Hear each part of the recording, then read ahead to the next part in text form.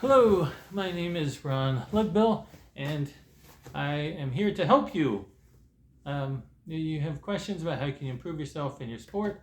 This is sort of aimed for a high school athlete or some other kind of athlete that you look and try to be the best. That's what we want to do, is be the best you can be.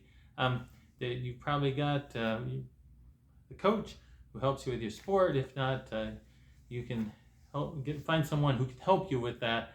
That I suggest you do that. However, I would like to mention, this is the main point of the video, is that every top athlete in every sport has a strength and conditioning coach also. That you look at all the professional teams, all the major college teams, they don't just have the sport coach like you do in high school. They've got a strength and conditioning coach who helps athletes get strong and fast and powerful so they can perform better at their sport. And often athletes will spend as much time with their strength and conditioning coach as they do with their sport coach. Because in every sport, strength to weight ratio is highly correlated with performance. In other words, the stronger you are, the better you are. So you may think, well, I'm in this other weird sport. I do, something that's really technical or that's like more endurance oriented.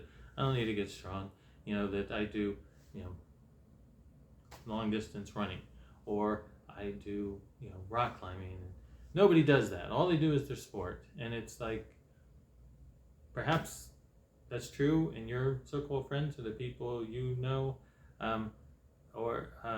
but in every major college and any professional sport, those guys have strength and conditioning coaches who put them on a strength and conditioning program. And that in every sport, you need to be strong, you need to be powerful, you need to have your body in general all-around condition. Because you think, and I know this, intuitively it makes sense, that, okay, my sport is just this, or I'm just pulling on this thing, right? Whatever your sport happens to be. And so all I gotta do is get strong at this motion, right? And that the best way is just to train this motion, just do that. And so all I have to do is my sport. And here's what happens. Your body puts limits on that. And the limits are based on, the body doesn't want the body doesn't want to get imbalanced. The body wants to maintain some balance, because otherwise you can get injured, and the body senses that, and so the body won't allow you to get strong just doing this one motion, even though that's what your sport is, you think, and that's all you need to do. Your body, in order to get stronger at this, you need to get stronger in general. That build overall muscles with your legs, your core, your chest, your shoulders, your whole body needs to get stronger and faster. You think, well, it's just got to do this motion. It doesn't really matter what happens with my legs. And that pretty much every sport, you have to get strong, fast, powerful. And so the strength and conditioning coach can help you do that. Now, if you go to the gym, some of you might, I do my sport. Oh yeah, I go to the gym. And what do? Well, I do, a lot of things that the other guys do. I do the machines, I do some curls, and it's like, no. 90% of those guys in that gym don't know what they're doing. They're just doing the same thing other people do. They're like you. The other 10% know what they're doing, but they're doing something completely different. They're doing bodybuilding. All right, bodybuilding is not strength and conditioning. It's a completely different sport. That if you're going to do another sport that would help you with your sport, I would suggest either powerlifting or Olympic lifting. If you found someone who could coach you doing powerlifting, which is squats and deadlifts and bench press, and could get really strong doing that would be an appropriate way to do your strength and conditioning, I think. And the same with Olympic lifting. If you have to, for Olympic lifting, it is a whole different sport. It isn't, you need someone who's really good at coaching the Olympic lifts in order to do that. And even then, it's probably better to build up your overall strength first, doing like squats, deadlifts, bench press. You need to get strong, and you need to get fast, and you need to get powerful with your sport. And just doing your sport does that somewhat, but it doesn't provide the general strength training that you really need. That you need to get your numbers up on the bench press. You need to get your numbers up on the squat, on the deadlift. That doing some other compound exercises are also beneficial to balance your body. Some core exercises and doing rows are also beneficial. Weighted pull-ups are great. But in all these exercises, you want to be doing them in a way that increases your strength and your power, not in a way that increases your bulk. You're not a bodybuilder. It's hard for me to overemphasize this, because you go to the gym and the few guys who do know what they're doing bodybuilding. And that's all right. If all you care about, you don't really care about your sport, just stop listening to this video. Go look at your bodybuilding videos, which is, again, it's 90% of the material you see here on the YouTube is about bodybuilding, how to get shredded or whatever. But if you're trying to get good at your sport, don't watch those. Those aren't sports and conditioning coaches who are offering those videos. Those are just gym bros that are offering their tips. And if that's what you want to do, do it. But if you want to get good at your sport, you need to get strong. You need to get powerful. You need to get fast. So what I would recommend is doing bench press, squat, deadlift, and heavy weights, using proper technique, low reps. 5 reps would be the max. Probably around 3 reps, and doing multiple sets. 3 sets would be a minimum. Somewhere like 4, 5, 6 sets would probably be better. And not doing 20 exercises when you go to the gym. That you do want to do work opposing muscles. So in other words, you work bench press. I would also do some rows. So that works opposing muscles. And you probably don't want to do just bench press. That you could also do overhead presses and then do weighted pull-ups as a way to work the opposing muscles for that also. So you want to do, say, like a pushing exercise, and you always want to be doing some kind of squat, and then the deadlifts, or that I like to do the deadlifts with the hex bar, that where you kind of stand in the middle, and it's just a direct pull instead of having to wait a little bit in front of you. It's just a direct lift up. So and it's anyway, you do need to use proper technique on those, and so it's good to get a strength and conditioning coach who's going to help you with that, and make sure you have proper technique. That so lift heavy, get strong, keep working on it. I actually think it's better to start doing, if you haven't lifted before, start doing exercises with 0 weight. Do body weight exercises at first, and then after a month or 2 or a couple months, you can switch to doing weightlifting.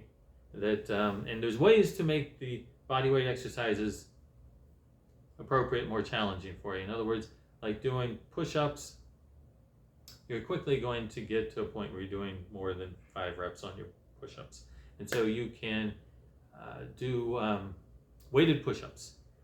Just put a weight on your back when you're doing your push-ups, put 25 pounds on your back, do it that way. Or you can also do one-arm push-ups, which you can do push-ups with your hands close together like this. That makes it a little bit more challenging. You can work towards doing the one-arm push-ups. That though you don't want to start out doing those, but start out doing, because you want to get proper movement patterns is what I'm saying. That's the reason for doing the body weight exercises.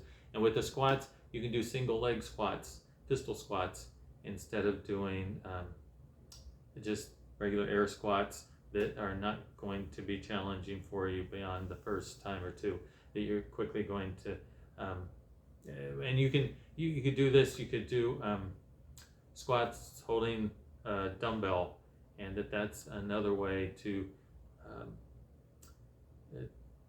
do a squat to get a little bit more weight on the squat when you're just doing body weight exercises. That's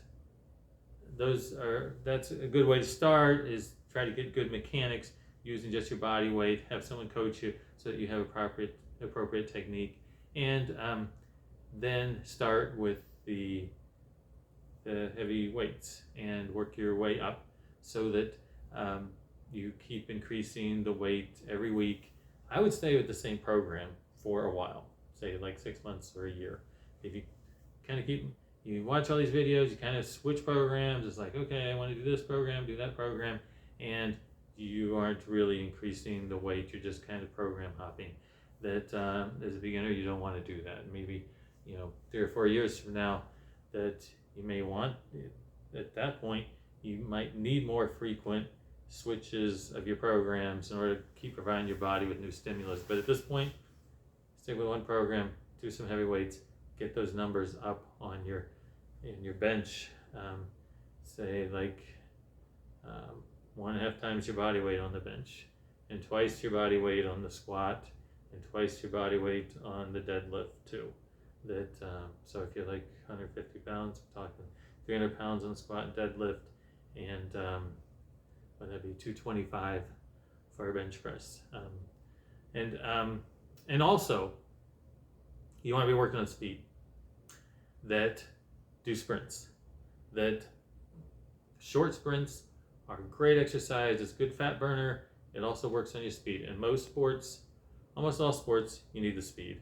In all sports, you need a good strength-weight ratio. And by burning that fat with the sprints, you are getting a good strength-to-weight ratio. That I would recommend doing like 10-second sprints, and then alternating with like 20-second sprints or 30-second sprints, and having complete rest in between your sprints, doing like 3 to 7 reps all out every time, and then that's it. That's sort of the equivalent of doing, say, 50 meters or 100 meters, something like that, alternating with 50 meters, 100 meters, 150 meters would be a way to do it in terms of measurements of distance. And have complete rest in between, so complete rest would be somewhere like 1 minute to 5 minutes, a couple minutes rest, so that you're ready to go all out again each time. And that will help you with your speed. And it also has other, there's hormonal things that go on. Same with the heavyweight training. There's hormonal things that happen. You increase your human growth hormone, you increase your testosterone, and that will help you with your sport also. Is kind of changing the hormones you got going in your body, and will help you. Now, during your sports season, if you're having regular competitions, games, that you might want to lift and do your sprints less frequently if you're having frequent practices. You don't want to get burnout. But in the off season, you can go heavy, say like 2 or 3 times a week.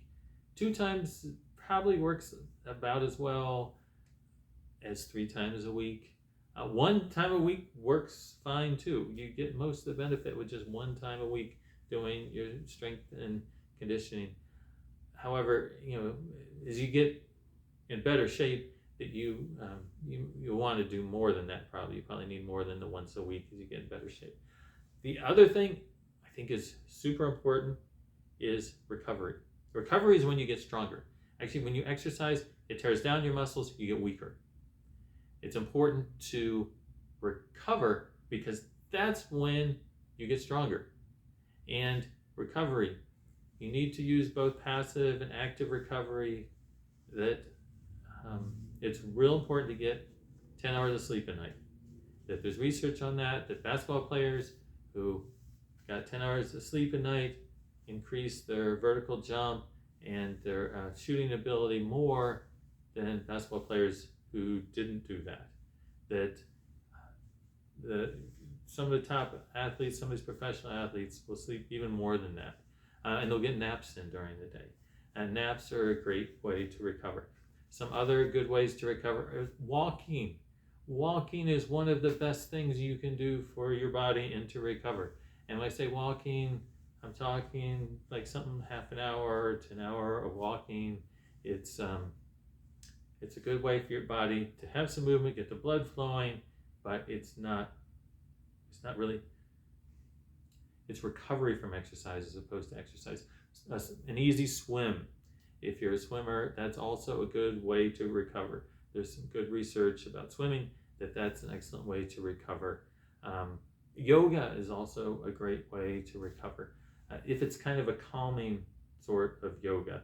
I know some of the yoga classes now are super active and they're kind of strength training, and it's good, but it's not recovery. Some other things you can do would be taking a bath with Epsom salts. That's an effective way to recover. It also stretching is also an effective means to recover. And like I said before, sleep is super important and will help you recover. That's when you get stronger, is when you're sleeping. And also just having enough time between workouts. That you probably have daily practice sessions, and you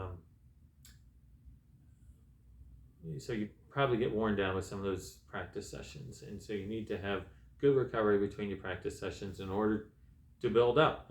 Because otherwise you can just get burnt down and get actually weaker or slower because of overtraining. And so that's what we're trying to avoid. All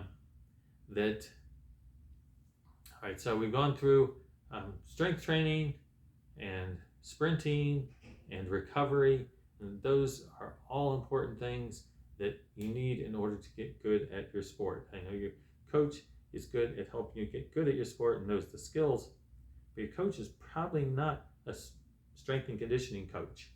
He's simply a strength coach. And so some coaches will just have people run long distance or something. Well, running long distance is only good if you are a long distance runner, if that's your sport. But for every other athlete in every other sport, running long distance will make you slower. It'll get your body used to that slower movement, which is exactly what you don't want. You want to get fast. Almost every sport, it's about acceleration, it's about speed. If you're talking, baseball, basketball, football, soccer, hockey, every sport is about speed. And they're often kind of repeated sprint events where you sprint and then you kind of hang out for a little bit and then sprint again. You do kind of these short repeated sprints. And it's a very different activity than a long distance run. The long distance run is only really good for long distance running. There are some hormonal changes that are unfavorable for other sports if you do long distance running. That said, there is a recovery technique that I've used and is very effective, and that is to do short, slow distance jogging. Do say run 10 minutes very slowly, but you're not maxing out. It's not really exercise. It's just a little warm-up thing. You come back, take a hot shower, and then do stretching. And that is a really good recovery method. But because you're going slow, and you're not really, it's not training. it's not having some effect on your muscles, that it's forcing them to make new adaptations because it's not fatiguing your muscles. You're not going so far that you would be fatigued. You don't want to do this. You want to run for like miles doing this. We're talking like maybe not even 1 mile. We're talking running a half a mile and then taking a hot shower, because that warms up your body. It's just a prelude to then the stretching. You do maybe 10 or 15 minutes of stretching afterwards, and that loosens up your body. Speaking of stretching, do not do static stretching before a game, a competition, or before your practice, because static stretching actually slows you down. There's been some newer research on this, and your coach may not be up to date on all the new research. He may have you still doing slow stretching, but you don't want to be doing slow stretching before a game. Afterwards, that's great because it helps you recover, but before, it can actually slow you down. It's okay to do kind of like quick stretching where you're kind of just moving, getting the range of motion, but you don't want to be doing slow static stretching. So those are some points to keep in mind. Get fast, get strong, get powerful. That will help you with the sport. It'll make a big difference. Okay, good luck.